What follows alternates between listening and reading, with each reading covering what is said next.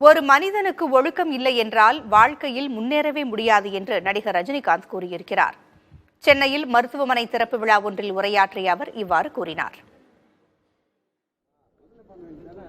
சென்னை வடபழனி ஆற்காடு சாலையில் பிரபல தனியார் மருத்துவமனையின் கிளை திறப்பு விழா நடைபெற்றது.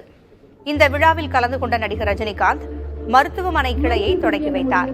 நிகழ்வில் உரையாற்றிய அவர் மருத்துவர்கள் மற்றும் செவிலியர்களால் தான் தாம் வாழ்ந்து கொண்டிருப்பதாக கூறினார். தொடர்ந்து பேசிய அவர் ஒரு மனிதனுக்கு ஒழுக்கம் இல்லை என்றால் வாழ்க்கையில் முன்னேறவே முடியாது என கூறினார்.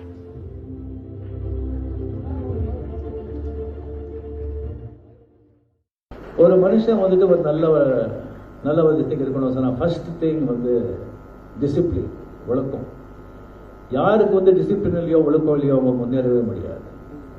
அது ஒரு ஸ்டூடெண்ட் ஆகட்டும், ஒரு எம்ப்ளாயி ஆகட்டும், யாருமே ஆகட்டும். First quality is discipline. Second quality is honesty, நாணயம். இந்த ஹானெஸ்டி இருந்தால் போய் பித்தலாட்டம், இந்த திருத்தனம் அதெல்லாம் அவங்ககிட்ட இருக்காது.